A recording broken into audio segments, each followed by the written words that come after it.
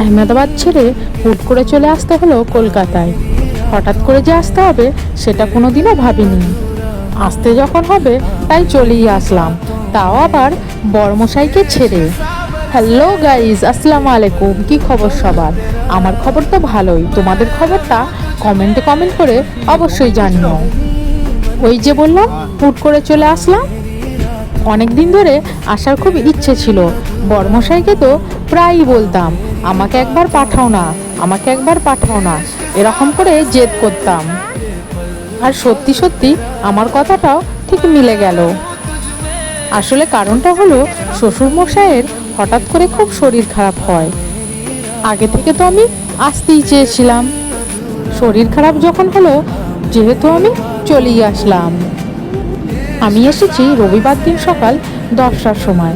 ব্যস্ততার কারণে কোনো রকম আমি ভিডিও দিতে পারছি না। আসলে আমি বেরিয়েছিলাম শনিবার দিন রাত 3টের সময়, আর আমার ফ্লাইট টাইম ছিল 5:30টার সময়।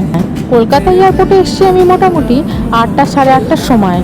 ওখান থেকে শ্বশুরবাড়ি গিয়ে পৌঁছেছি 10:30 11টার সময় করে। আসলে অনেক ভিডিও ক্লিপস তো আমার নেওয়াই হয়নি, যেটুকু ভিডিও ছিল সেটুকুই তোমাদের সঙ্গে শেয়ার করলাম। আর ওই যে শ্বশুরবাড়িতে এসে ব্যস্ততার কারণে কোনো রকম ভিডিও তো আপলোডই দেওয়া হয়নি।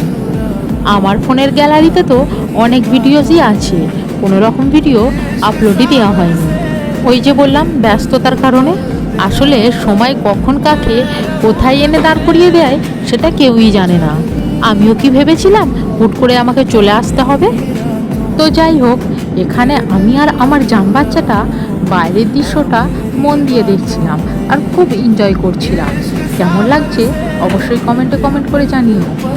ছোটবেলায় যখন দূর থেকে প্লেনগুলো দেখতাম খুব এনজয় করতাম, আর যখন প্লেনে বসলাম তখন তো কিছুই বুঝলাম না।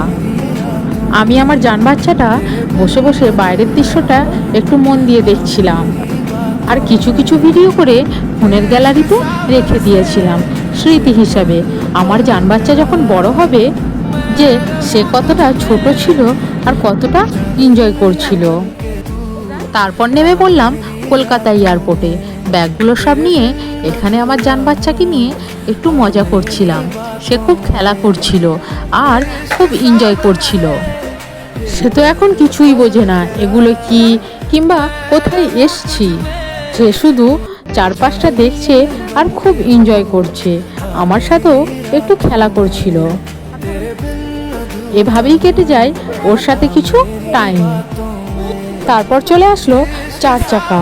প্লেনে বসে যতটা না বোরিং লাগছিল তার থেকে বেশি বোরিং লাগছিল 4 চাকাতে। তারপর চলে গেলাম সিধা শ্বশুরবাড়ি।